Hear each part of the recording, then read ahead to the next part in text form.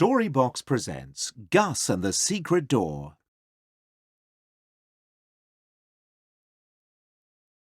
Gus was staying with his granny and grandpa during the holidays. He loved their old house. One afternoon, Gus spotted a line of ants marching along the wall at the end of the garden. He kneeled down and watched them quietly.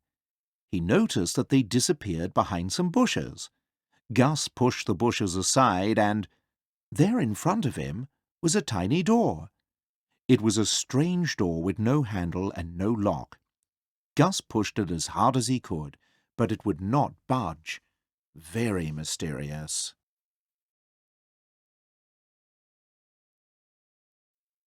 At supper time, Gus was still thinking about it. He asked, "What's that tiny door at the end of the garden?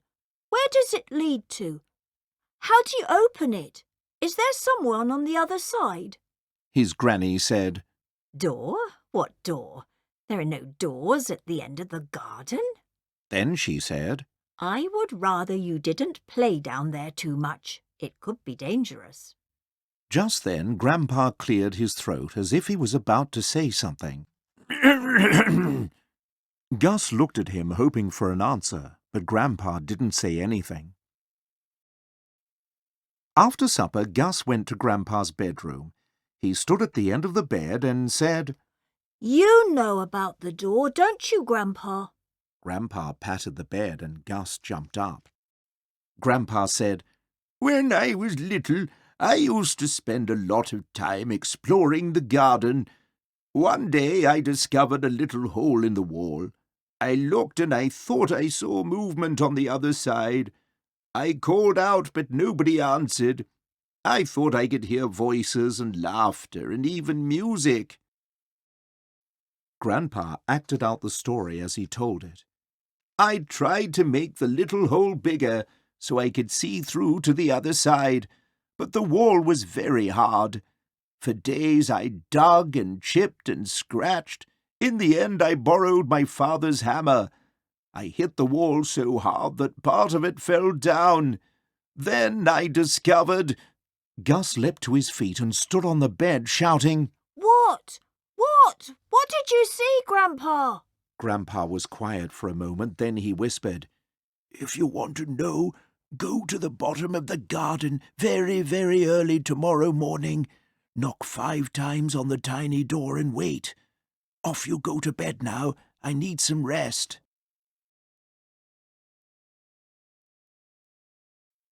Gus couldn't sleep that night. He tossed and turned, feeling hot. When the clock in the hall struck 5 times, he jumped out of bed, took his torch and tiptoed out of the house. Outside it was dark and very cold. Gus walked quickly down to the end of the garden. By the time he got to the tiny door, he was so scared that he could hardly breathe. He slipped behind the bushes and knocked 5 times on the door. Then he waited. Suddenly the tiny door shook and creaked. Then it opened very slowly. Gus looked through the opening and saw 2 huge feet, 2 legs as big as tree trunks, a big round tummy, and a giant's head. It was a giant, a real enormous giant. Gus froze like a statue. He couldn't move or speak. The giant sat down and said, "Hello, my name is Olaf. You must be Gus." Gus couldn't believe his eyes. Olaf the giant picked Gus up in his huge hand and placed him gently on his shoulder. Gus looked around him at the world of giants. The trees were huge. They were also completely hollow, so the giants used them as houses. Their leaves were as soft as feathers and all different colours. The sky was bright blue, with not a cloud in sight. Gus soon found out why. As soon as a cloud appeared, a giant swallowed it up in one gulp.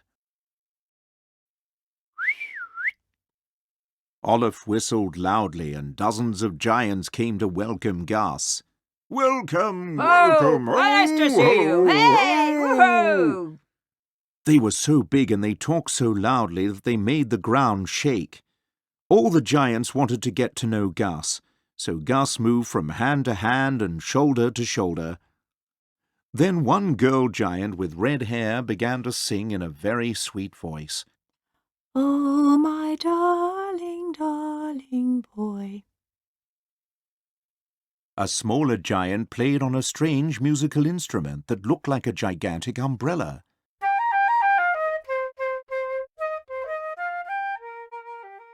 The music made Gus want to dance.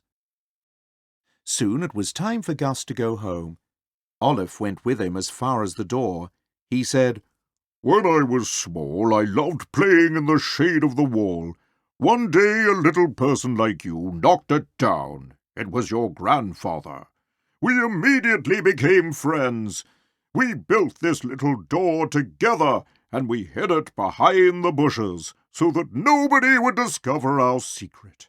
It's your secret too now, Gus." Gus said goodbye to Olive and hurried back home. He got there just in time for breakfast, but he was so tired that he knocked over his bowl of cereal twice. His granny was worried. Didn't you sleep well, Gus? Did you have a bad dream? Gus said. Oh, no. I had an amazing dream. Grandpa smiled and whispered, "Why don't you come to my room after breakfast and tell me all about it?" The end.